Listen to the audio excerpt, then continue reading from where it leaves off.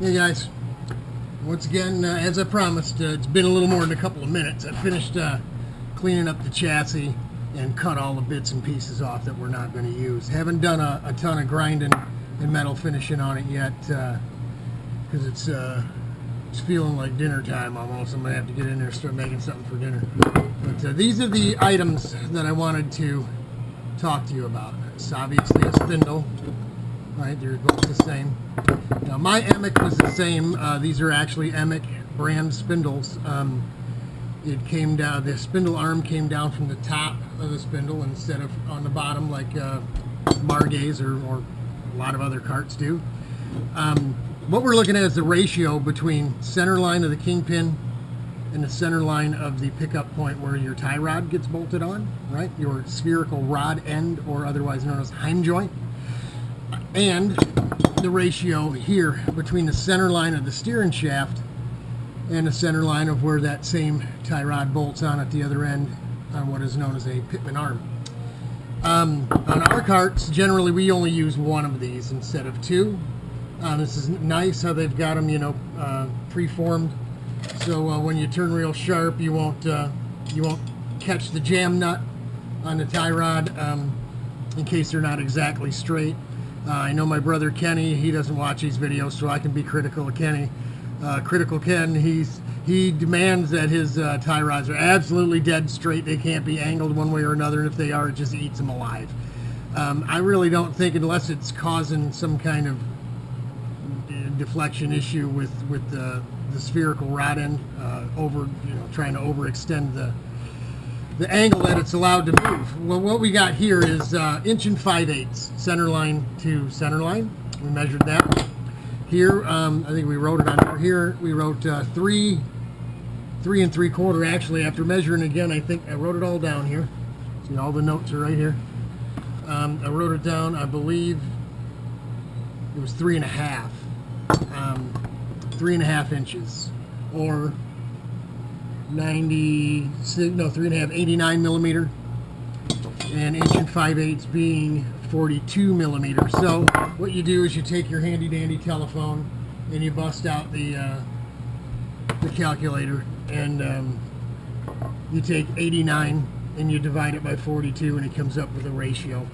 And so this particular setup, with this length of spindle arm, with this length of pitman arm, center line of the steering shaft to where they bolt on, is a 2.15 ratio, so just barely over 2 to 1. Okay, and even if it was 3 3/4, it's still like 2.3. It's still less than 2.5.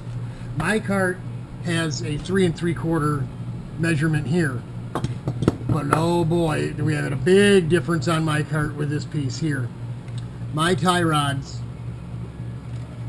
the spherical ends, I use this a 5/16 for you American folks. I use 3/8 rods, 3/8 ends, and my tie rod is literally almost touching. That's how close it is. So my distance here is only 1 inch instead of 1 5/8. So that really drastically changes the ratio. Actually, my ratio being 375 and 1 inch, do the math, 3.75. That's more than 3.5 times the ratio. And then if you drive these laydown karts, especially fast ones, with heavy steering, you'll pump your arms up. You'll get worn out.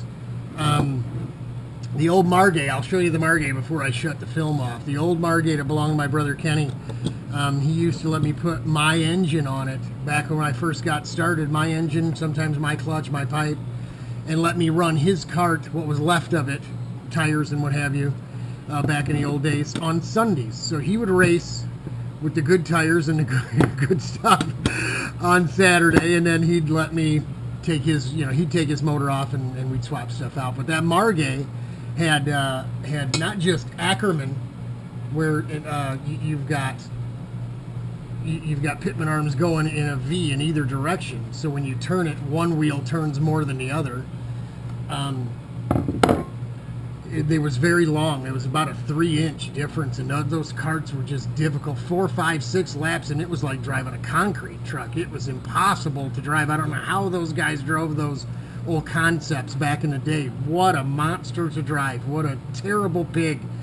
But we've overcome.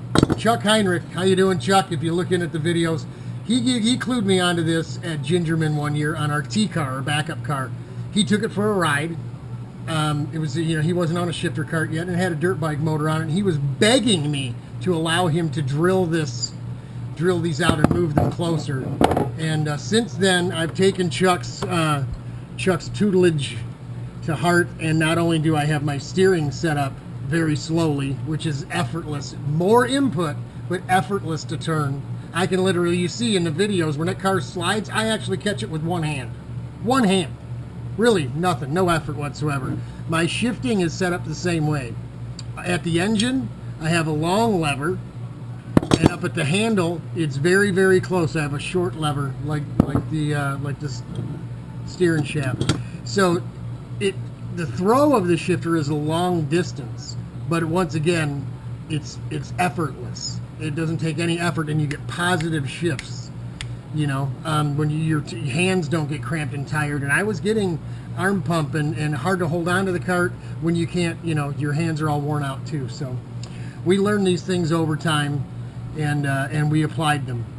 My brother Richard had an issue at Daytona a few years ago where his ratio was still quite great when we put his Elite chassis together and put a shifter on it.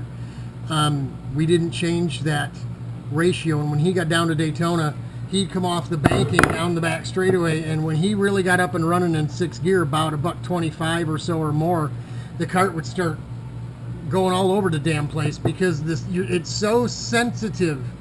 What happens to your cart with very little input when you have a super fast steering ratio like this, 2-to-1.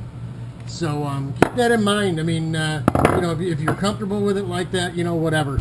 I know the supercarts, the 250s with the rack and pinion, I know you can adjust that ratio, but the 250s that I've driven all have had very slow steering where you really had to turn the wheel, and that just backed up, what we had done with our carts. So there you go.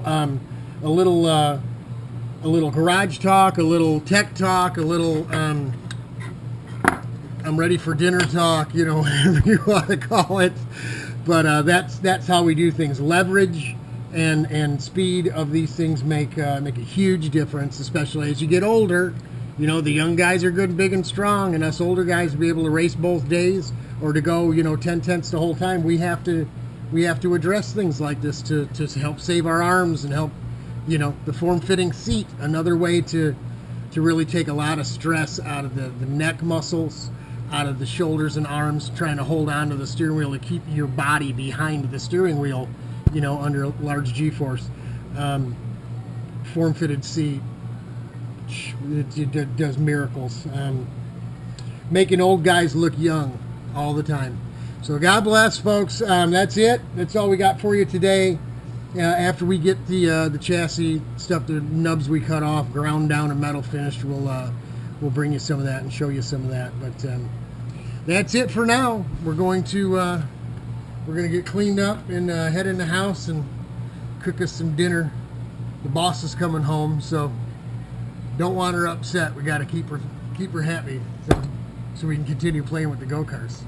More project stuff coming. Love you all. Godspeed. Take care. Here's the Margay.